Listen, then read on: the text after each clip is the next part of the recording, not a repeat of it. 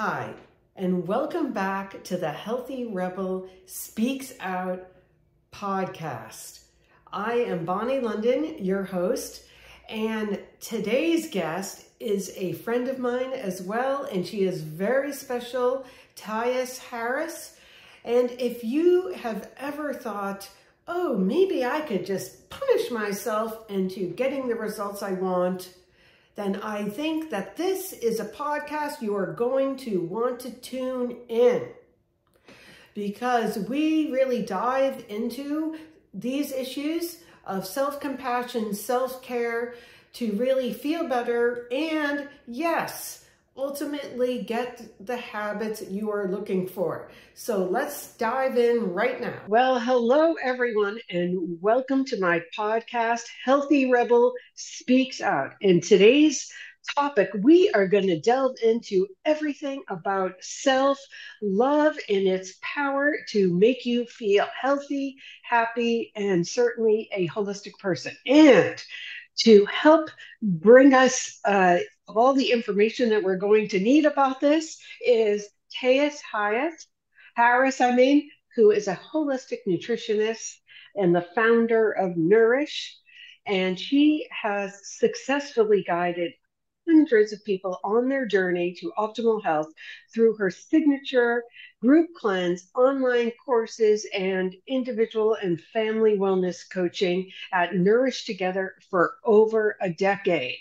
Tyus is a board certified by the National Association of Nutrition Professionals and holds a certificate in nutrition consulting from Bauman College in Berkeley, California, as well as a bachelor's degree from California Institute of Integral Studies in San Francisco, California. Well, welcome, Tyus. Welcome to the show. I really appreciate you being here.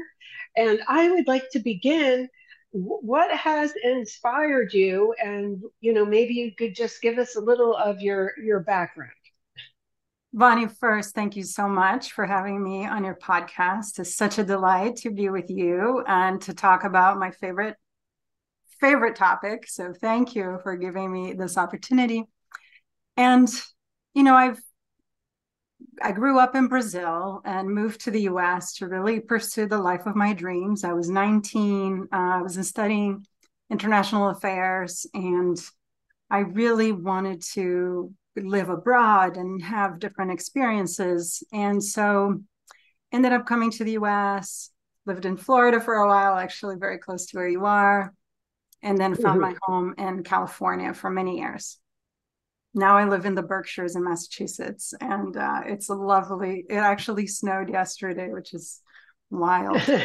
But in that journey, doing many different things, I was an actress for many years, and I started searching for answers to really feel well and to feel whole and to manage my weight. And when I first moved to the US, my weight changed. I had a really good body image and shape.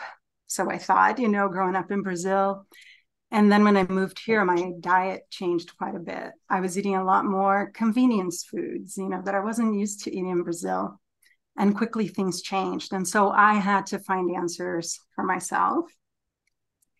And eventually found my way to a naturopathic doctor that really helped me reset, rebuild my gut. And that left a lasting impression, so much so that then I went to study at Bowman College to really understand nutrition and how it was affecting every piece of my life. And the sad thing is, a month after I graduated, I was scheduled to go to Brazil and see my family. And I was so excited I was going to be able to help my dad. I had this notion that, a month with him, I was going to give him like the full Tyus reset spa. And my dad had developed type 2 diabetes. He was obese. He had high blood pressure. I mean, he had the whole roster. And before I could get there, I got the call that he had been rushed to the hospital, and we found out that he had a very aggressive form of cancer. And at this point, it was in his liver, it was in his bones, and it was 2 weeks from his diagnosis to his death.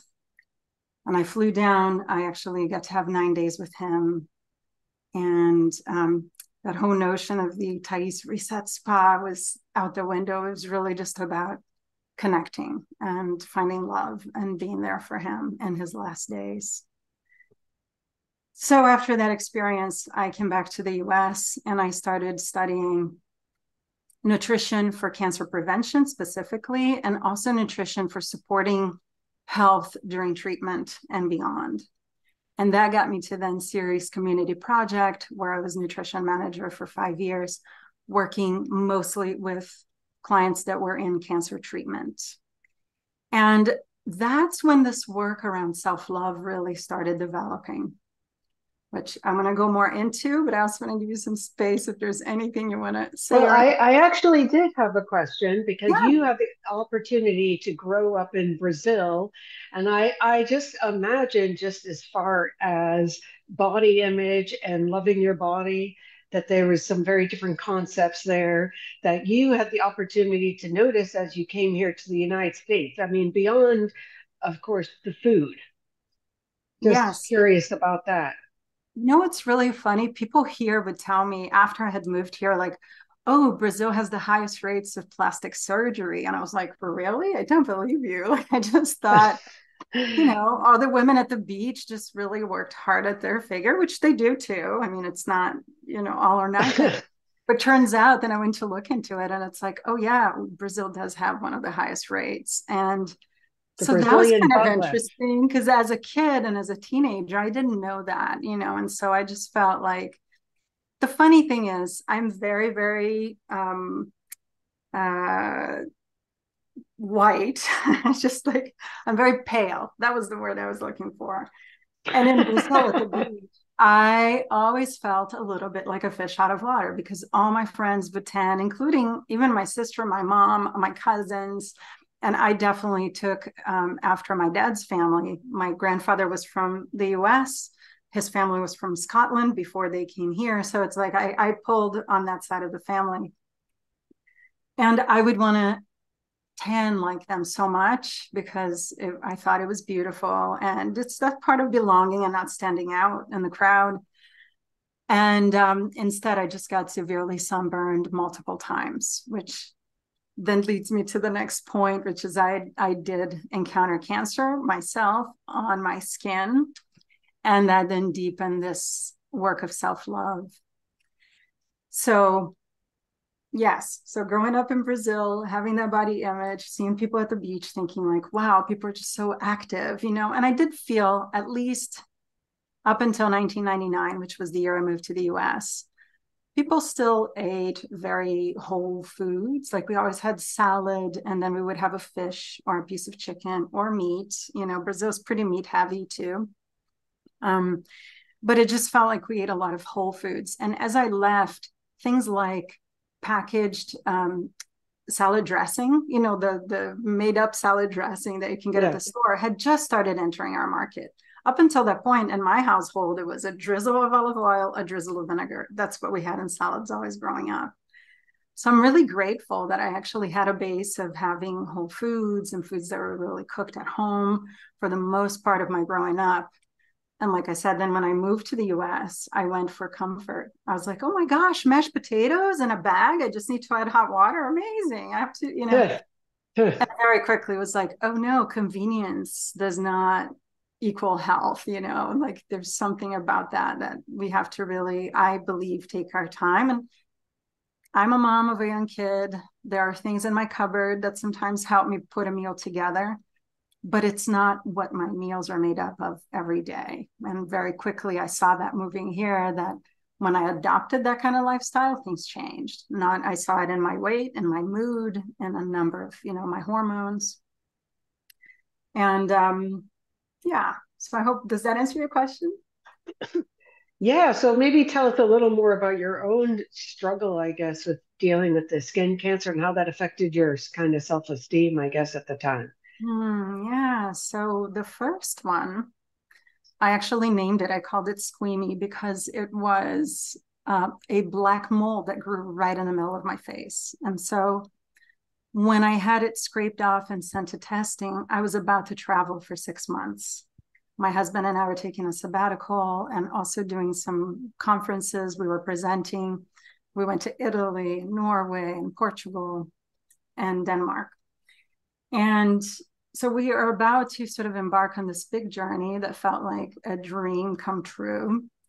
And right before I got on the plane, I got the call that, hey, that sample is cancerous and you need to come back and get it removed.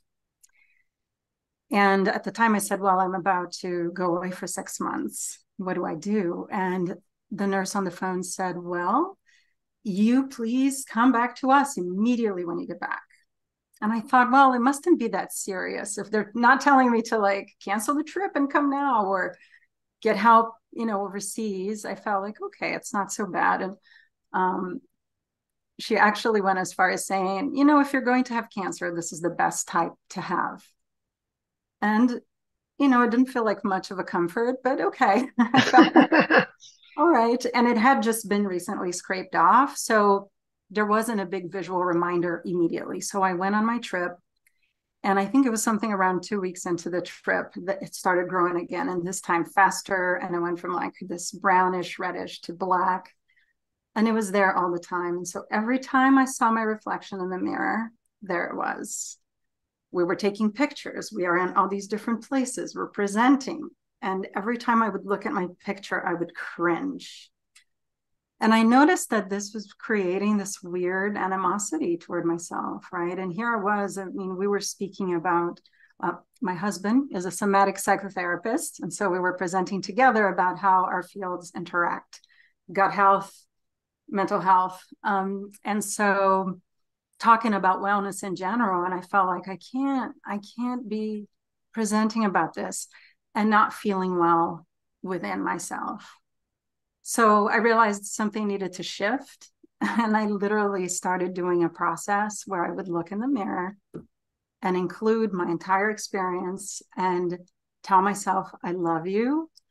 Everything as it is, I love you. And at first, I didn't believe myself because I would say that and then look at that thing in my face and feel scared about what it meant. I would question if that was some like external representation of something that was wrong with me, that I needed to do something about it. And then I remember during my time at Ceres working with the cancer patients, I had talked to some doctors and read an article about this oncologist. He was a pediatric oncologist, worked with children. And he said he would credit his high recovery rate with the fact that he would teach every child that he worked with to beam a light into the spot where they were getting treatment. So for kids, he would say, imagine the lightsaber, like if they knew what Star Wars was, he would find a way to connect with them. And then he would teach them to kind of build that light within them and sort of beam it to that spot. And in this moment, after a couple of times of looking in the mirror and saying, I love you no matter what, I thought I should use that. I should use that tool, that thing that I heard about. So, excuse me, this is amazing. So you came up with this on your own, because I've read about mirror work, as I told you. So you just came up with this yourself. Yes, and it was that's actually quite amazing. Honestly. I feel like it was a necessity. I had to figure something out because I also, in working with moms and children, one of the things that I usually help moms with is just noticing how they talk about themselves and how they talk about their bodies in front of their children, because there is a way in which we can really influence our kids to have really poor self-image, right? Or to have complicated relationship with food, for example. And I would always talk about if every time you see a picture, when somebody shows you a picture, you say, oh, delete that. Oh, I look fat. Oh, that looks horrible. Oh, my hair. Our kids are listening to that and they'll start internalizing that too. And so that was sort of the bridge for me when I realized that that's what I was doing. I was cringing every time. Like I said, I would look at a picture and I would cringe. And I'd be going on, to present to a group of people and thinking like, oh, this thing on my face and trying to put makeup to cover it, and it just became really clear that I was being kind of violent toward myself, just with my language and the way I was communicating and thinking of myself. So this mirror thing was like, I love you. I love you no matter what, which is something I have said to my son multiple times. I love you no matter what. I think that's so important. And I was like, how I need to do that for myself. And then the beam of light started. And then something kind of magical happened. I was also putting some like essential oils. It was very, for some people might say that's totally woo-woo and has nothing to do with anything. But for me, it just, because I had this long time until I was going to be back in the US, it gave me something I could do that made me feel more empowered, right? And I ended up actually connecting with a doctor in Denmark who was a cosmetic surgeon, and she could do this operation to remove squammy. But about 2 weeks before I got to Denmark, I was in Sweden at the time, and squammy literally popped off. One morning, I just felt like, wow, it feels barely connected to my skin. And I grabbed it, and with the gentlest pull out in my fingers, it came. So I saved it. I brought it to the doctor, and it looked like nothing had ever been there in my face. And I wrote about this. There's a book that's going to be published on Monday called The Life-Changing Power of Self-Love. And I'm one of 22 authors in this book, and I talk about this experience. And so I brought it to the doctor and I said, could this have healed on its own? Did my body heal, doctor? And she said, oh, no, it doesn't work like that. And she's looking with her little tool. And she says, yeah, it's funny. I can't really see any cancerous cells. It's very conspicuous, but we need to operate anyway and remove a margin of error. And I said, sure. I'm always like type A student. I'm going to do what people tell me is the right thing to do. And I did it. And it was really interesting as I walked out of there. The pain, the thumping, when I looked in the mirror, like everything was swollen because of course, this digging into my cheek. It looked like I had been in a bar fight. And it didn't feel quite right. I wish I had bought myself more time at the time. And I might have ended up doing that surgery anyway. But with all that pain, I was like, my body, like my skin had just healed. And I went and dug into that. And then it was the sort of aha number 2. It's like, forgive yourself. Like you did what you thought was best. And now we move on. And this is going to heal too. And I applied that same beaming of light for my skin to heal. And it closed. And then it was fine. And now there's barely a scar anyway. And it prepared me for then encountering another 5 spots, including the top of my head. I had other types of carcinomas and even a melanoma. And that mirror work, that feeling of empowerment that I'm doing something, along with going to my doctors and having surgeries, there was also something I could do for my own well-being, for my heart, and for my sense of self and my self-esteem, which was continuing to develop this love, going to the mirror, questioning, really listening to the way I was speaking to myself and my narrative, and then questioning it, changing it, replacing the ugh. And after doing all this work, Bonni, there was one time I'm walking through, I look in the mirror, I had just put on a new bra, and I saw a little flash that I was like, oh, what workout are you going to do to get rid of that? And immediately was like, oh, okay, that's not helpful. You are aging gracefully, beautifully, powerfully, and let's do it. And I just went about my day instead of having that feeling of like being defeated and like, how are you going to get out of this one? It just changed my whole approach to my day. Have you encountered that yourself, Bonni? Oh, yeah, like all the time. So how has this now played itself out, I guess, in your practice, in your, I mean, this is amazing, your discovery, basically. But I mean, we definitely know it is very powerful, but I guess I'd like to learn more, specifically how, your techniques or suggestions like you have for people to try to start using this, because I don't know. yeah, why it is so hard. I mentioned I was trying to do, have been doing the mirror work, and it was one of the hardest things I've ever done. Why is this so hard? Yes. And when you say like it's hard, what do you find at first? Is it believing yourself when you're giving yourself a loving message, or is it even saying a loving message to begin with? Like what's hardest, do you think? Yeah, I'm used to not. I think it's used to not appreciating or yeah, looking at yourself and saying something nice. It feels wrong, you know. Like someone else should say it. It shouldn't come from from yourself. Right. Like And I wow. similarly, I'll just say briefly is that I also say like things I'm grateful for, and Mm-hmm. for 7 years I did this until one day I realized there was something important missing on that list. Me. I never said I was grateful for me. Never. Isn't that Okay, so interesting? how do It's you like, deal with someone like this? yes, we do everyone else first. And actually I work mostly with women. And Mm. often, especially if they're women of a certain age where the kids are now in college or adult kids, and they're just figuring out like, what is self-care? What does it mean to prioritize myself? Because they've prioritized everybody else for such a long time. It feels uncomfortable to do just things for themselves, And right? it seems, and it's much easier. It seems much easier having, raised my twins like that, I knew every decision, but looking at yourself in the mirror and saying, I'm going to take care of you and love you. What? Mhm. Exactly. It's so, and it shouldn't be this hard. And I think we do get some messaging.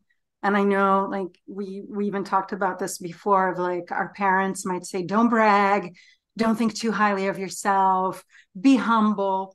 And all of that I think has a time and place, especially in the context of being with other people. It's not about saying I'm better than anybody else or I'm it we just remove all the comparison stuff and we throw that out the door because that's just a total energy drain. um Mm. as well as like beating ourselves up, there's so many things like we can only generate so much energy in our bodies and receiving from even like external stuff. And if we're using all that energy to drain it down with stuff with that's, shame and guilt, and I'm not doing well enough, and I'm not doing everything right, and I'm not enough, then we don't have energy to do the things we love and for how we want to be. And And so, also, yeah, would you also agree? I mean, I've heard, you can't give what you don't have. exactly. Ah, that's beautiful, right? Because I think, especially when you do have Mm. anybody you love in your life, it doesn't have to be kids. Of course. Anyone, like if you can't pour from the empty cup. And so coming back to that sense of like how do we work with that, with especially for women that are just now figuring out like how do I prioritize myself. I do a process when I'm working with people one-on-one.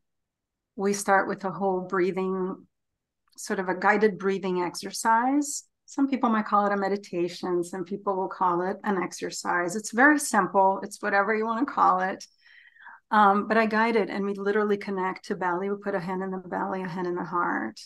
We breathe, we connect to all of our internal processes that are happening because we don't tend to think much about like, thankfully our body takes care of a lot without us needing to tell it through our brain like now it's time to digest and now it's time to move your bowels down or anything like that. It's all happening automatically.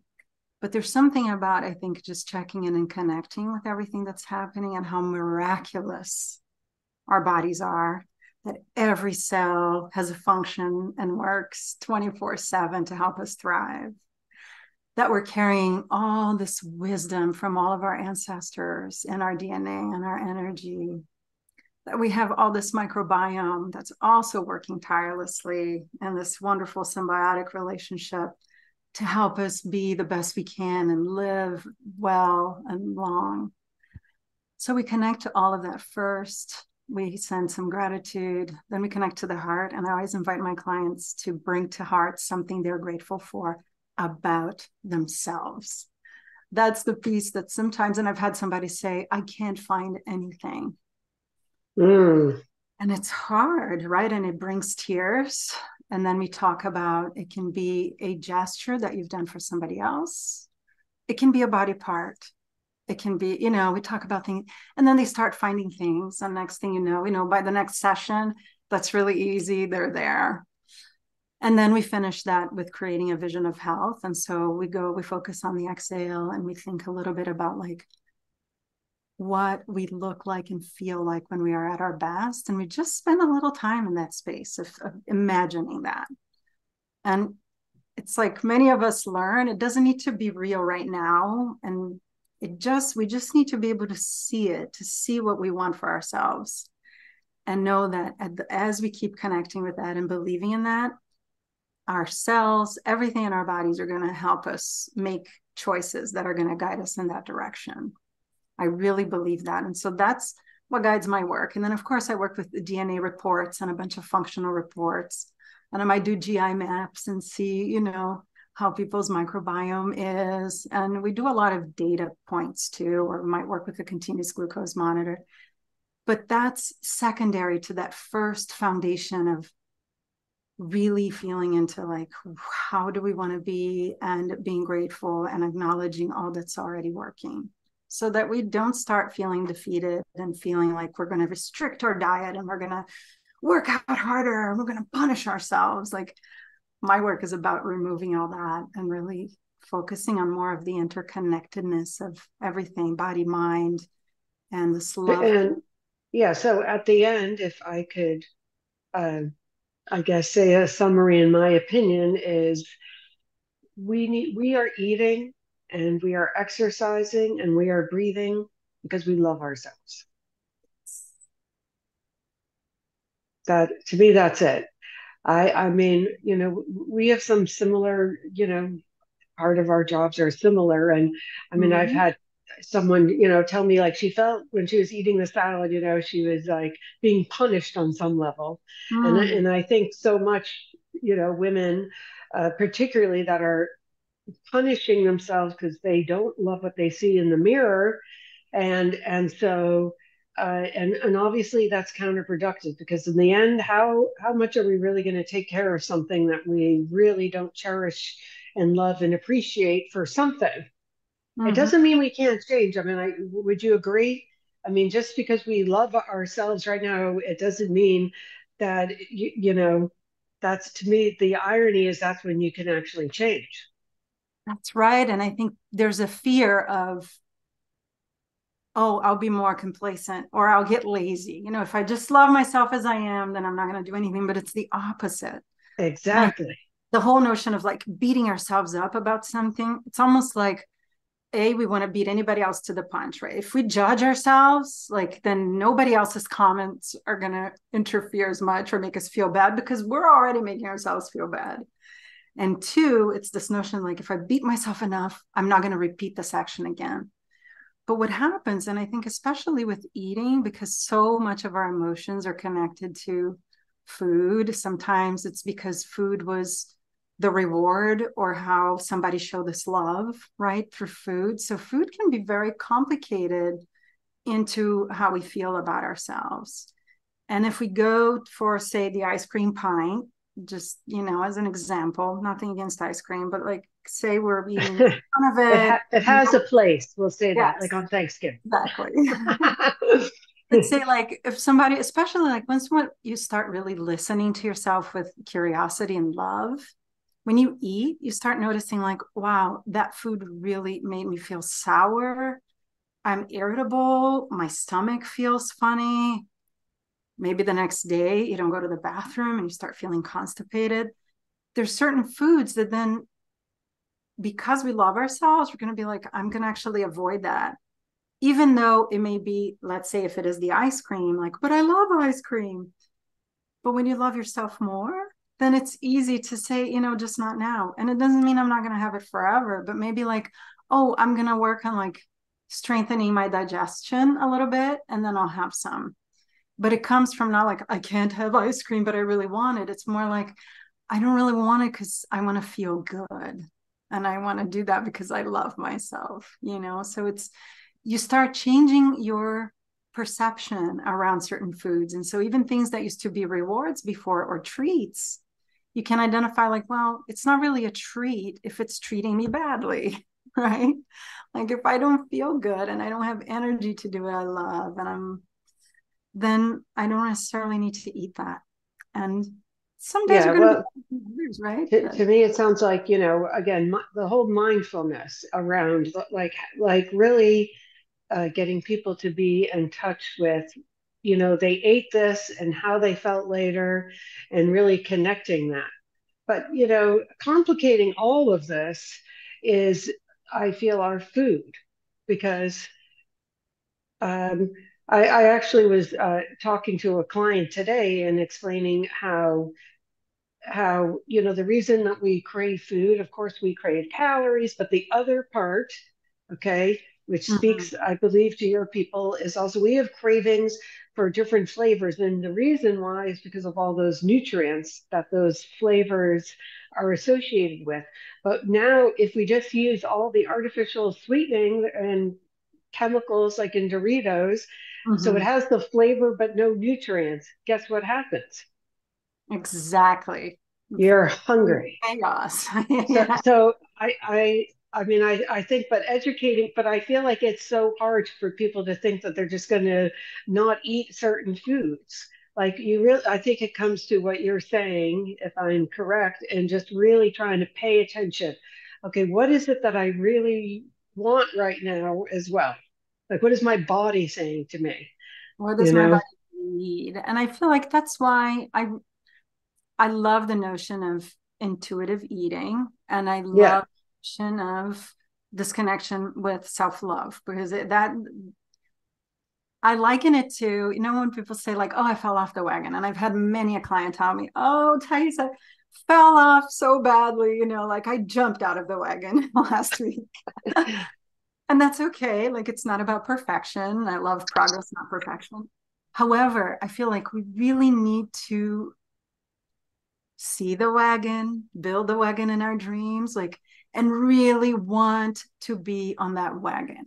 If it's a wagon we love, it's all plush, it's gorgeous, it rides smoothly, right? And I'm talking about like the body that we want to have and how we want to feel good in it and have energy. So that's the wagon. We're less likely to jump off the wagon if we're really connected to that wagon and it's the wagon we want to be on in the first place. We're in a wagon we hate if we're constantly, the sucks and I don't know, the tires are too flat and oh, this wagon is too big or this wagon is too whatever. It's going to be really easy to abandon it and to But jump off. Well, I think if it happens once, what I tell people is to celebrate that perhaps we have just totally boosted our metabolism because the thing is one meal is not Yes. going to basically hurt anyone. No one gains weight even from the upcoming Thanksgiving Right. dinner. What happens is that what people say about it afterwards, and then it goes on for days, weeks, months. Who Mm-hmm. cares? One meal, you're human. Who Oh, cares? and that's exactly like what we were just saying before about the beating ourselves up and we think we're not going to do it again. So if we have the pint of ice cream and then next thing we know, we're like, oh, I should have done that. Oh, I did it again. It's good to notice to listen for I always or I never, because those are usually statements that aren't true, but that are ways that we, shame ourselves. Oh, I always fail at this, or I never stay on my path, or I never stay on the wagon, whatever it is. Just listen to that and questioning it. Like, is it true? Because the never and always are terrible statements, right? They're really shaming. And if we start getting in that cycle, feeling better about ourselves, and when food is the thing that brings us comfort because food was given to us as love, where are we going to go next? We're going to go right back for something sweet, maybe another pint of ice Right. cream, something No, else. you hit on a great point Cycle. because when you make yourself feel bad, what is the way to feel better? It's going to, and so exactly, and that's typically what happens as Mm-hmm. opposed to being like celebrating your humanness and next time I'll do XYZ. Who cares? Yeah, next time. I love that. You know what? Later today doesn't even need to be Yeah. tomorrow. Like it can be later today. I'm just gonna do a little dance party after dinner or whatever. I'm just going to add more greens on my plate at dinner and balance things out a little bit. I think this notion of balance is important. I also love digestive enzymes because sometimes, and especially Thanksgiving, give me a digestive enzyme. Let me help myself a little bit because I'm going to celebrate. I'm going to try some foods that are not in my regular diet, but I'm going to also support So my do you have any suggestions of how we can begin to start identifying this chatter that seems to be berating us and telling us, like I frequently will tell people, I mean, get the clothes out of your sight that are not fitting you right now, because body. like what is it saying to you? But just that constant chatter. I don't know. Any thoughts on that? Yes. So one of the things I'd love to offer too, if you can have it in show notes, we can put a Yeah, link to the 3 mindset shifts for loving sure. ourselves into better health.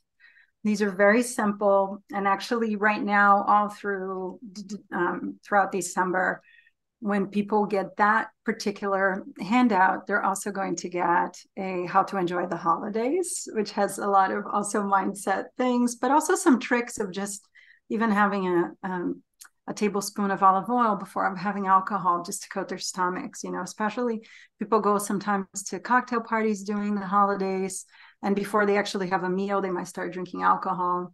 And that's alcohol on an empty stomach, as we know, can be really hard. So there's like little tips. There's 6 tips in total for enjoying the holidays. So it's a quick, easy thing that people can do. So back to the self-love. I feel like number one, like I said, noticing the narrative. And sometimes it's hard to do when the chatter is always there. It's like, how do you remove one thing to the next? And so the first one is just noticing what your first thought is when you approach the mirror in the morning, when you're about to brush your teeth or anything. Some people might have mirrors in their bedrooms, some people it's in their bathrooms. So whenever you first encounter a mirror in your day, just notice what's the first thought you have. Sometimes it might be, wow, you didn't sleep well. You look like Like, damn. well, there's many other different things, right? Or, ooh, my hair is crazy. Exactly. Exactly.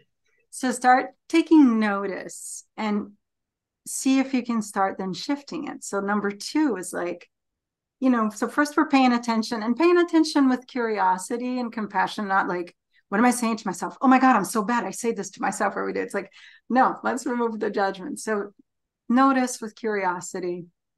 Then number 2 is this notion of changing the narrative. So how can you change that? So the example I gave of looking, at the bra line and seeing,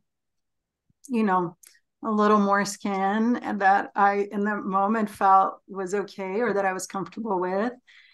And so I noticed that my first reaction was, how are you going to get rid of that? And that it was kind of this aggressive, judgy voice.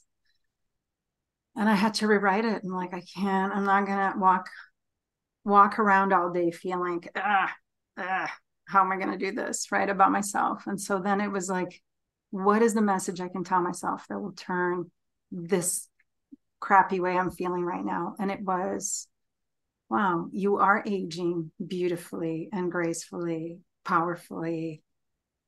And I had other thoughts in the moment too, and just thinking about my whole body's trajectory through time and having a child, that I birthed. Wow, that was so amazing. And then having these skin surgeries and, so it's like totally connected me to a sense of gratitude. And that little flabby skin lost all its importance. It was amazing. So, now it was lighter to walk around my day. So I say, find how you talk to yourself. If there's a message that's negative, judgy, then flip it. Flip that message and see what can you say about yourself that is appreciative, that has a gratitude piece. And then start cultivating it so that at first, we're just noticing what already happens automatically and changing that. Then how do we grow that? We can put little sticky notes on our mirror as a reminder. So the reminder can be high five, hey girl, whatever, like various different messages, like whatever feels authentic to each person. And for me, after reading Mel Robbins, the High Five Yeah, that was a good one. book, right? So I Yeah. was like, I tried that on. I was like, high five. And I'm not a big high five person. So I did that for a little bit. And then it felt kind of like, okay, that's not really me, but I can totally get to the mirror and say, I'm here for you. Like everything else can Oh, fall away. This will always be here. Like, can I put my hands on my heart?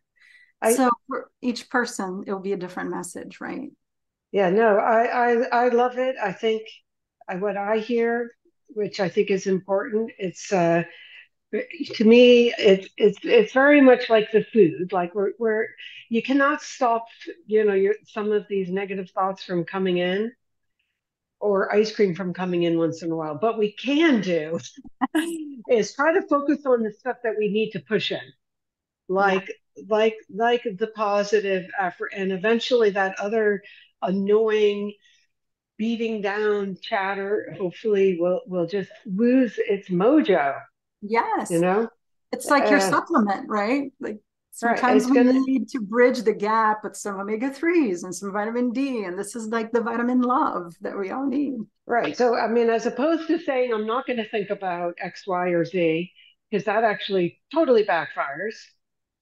And instead, I mean, this is what I hear, which I love. I think it's great. Is instead purposely focusing on the things we want to be thinking. Does that make a lot of sense? Absolutely. And, And beyond, and go ahead. beyond that, I would just ask you also what your opinion is. I know what mine is, but I'd like to hear yours on the scale. On the scale, meaning Mm. to weigh yourself. People, that. So I'm of two minds on that one. And I hate Okay. not being totally black and white, but I feel like, so for example, of course, during my time at Ceres and then going from cancer to working with people with COPD and other conditions, there were times where people had to have a scale nearby because their health really depended on it. So Sure. place for it for sure. Then I have a scale at home, which helps me figure out like when I'm feeling like something is off, I pull it out just to see. I don't think using it every day is helpful. And I think it can really mess with our heads in this. It can give us another excuse for negative talk and for beating ourselves up. So I think once in a while, weighing ourselves, especially if we feel like, oh, maybe whether it's because our clothes are not fitting or just because we're feeling bloated or feeling like something is off, I think it's good to check. And also to check to know, like, oh, I'm making progress. I feel really good. And again, it's like when people are building muscle, right? Their weight can shift. And maybe if the weight doesn't change as much, but actually their measurements are changing and they're feeling stronger and they see things are getting, you know, tighter and they feel good and they have energy. Like that to me counts more than what the number is on the scale. But what's Well, your, you have yours. I want to hear yours now. yeah, well, I'm very into body composition, so I feel like the scale is actually definitely gives us false information. So I'm kind of against, the scale. Mm-hmm. But I hear what you're saying. But now there are sophisticated scales that at least give you like the real information. And I do find that more motivating because we really don't want to focus on the weight. We want to focus on health and building muscle, which is achievable for most people. Losing weight and getting down to a certain size is challenging for a lot of Right. people, but Right. everyone can build muscle and lose fat, and it's just a much more meaningful thing. And at the end of the day, I like to say if I can zip my fitted jeans on zip and zip them, standing up, then what else matters? What else matters? I don't care. I mean, does it, well, what does the scale really tell you? It's so true. And I'll tell you a story because this I have written about this. It was very meaningful to me as a practitioner that one of my clients, when we were doing sort of a completion interview, because I work in like 3-month packages and then we extend for 3 to 6 months after that if needed. And so at a completion session, she said to me, she said, Thais, the number on the scale isn't yet what I wanted it to be when we first started working together. But I lost something much more important than the weight. I lost my self-loathing. It's gone. Mm. I feel good about myself. Thank you. And that to me, like, I feel a little emotional just thinking about it and how she said it, because that to me means much more than if she had just lost the 25 pounds. Well, What I I mean? Like, mean, yeah, of course, because just digging in a little deeper to all of this, why does anyone want to do anything? Why, obviously, health conditions aside, but just for aesthetics purposes, why does someone want to achieve a certain weight or whatever? Because they feel they're going to be happy. And right. so if we can get there, but the irony is if you can find ways, getting back to your topic of self-love, to feel happy now, Mm-hmm. OMG, this is Right. like it's happening, man. It is on the way to you. It is so Right. happening, you know? And she, because she found that love, she didn't stop on her journey. She lost a lot of that weight. She just hadn't completed the full amount that, and in her head, she thought is what she needed. But she was hiking without knee pain. Like there was all these But ways. she could see it's possible, you know. She Yeah, can she could see it's happening. exactly. So I mean, I think that that is it, and just well, I love the conversation we've had so far, and just getting people to me, it's changing that narrative, that constant talk to make it work towards us, and we can, but let's be honest, and you've been in this country a long time. I feel like we get so many messages that we have to we have to be something that we're not. Something is missing. Right. So I think in order to combat that, I feel your suggestions are spot on, right? Well, Like yeah. So thank you. I don't know if you have anything else. I certainly will put a link in there to your book coming out, which again, let me just, what is the name of your book that it's is coming called out again? The Life-Changing Power of Self-Love, and it's being published Monday, November 6th. It will be available on Amazon and soon after at most bookstores. It's being published by Brave Healer Productions, and it's so exciting. It's just very inspiring. I see all the other authors that have contributed their work to this book, and it Well, can. it sounds wonderful. I will definitely get a copy myself because it's so great. Listen, you can hear the same thing 10 times, but sometimes you just hear it the right way from someone and it like, who clicks. I Yes. mean, well, I know me, I read a bazillion books, so there you go. Yes.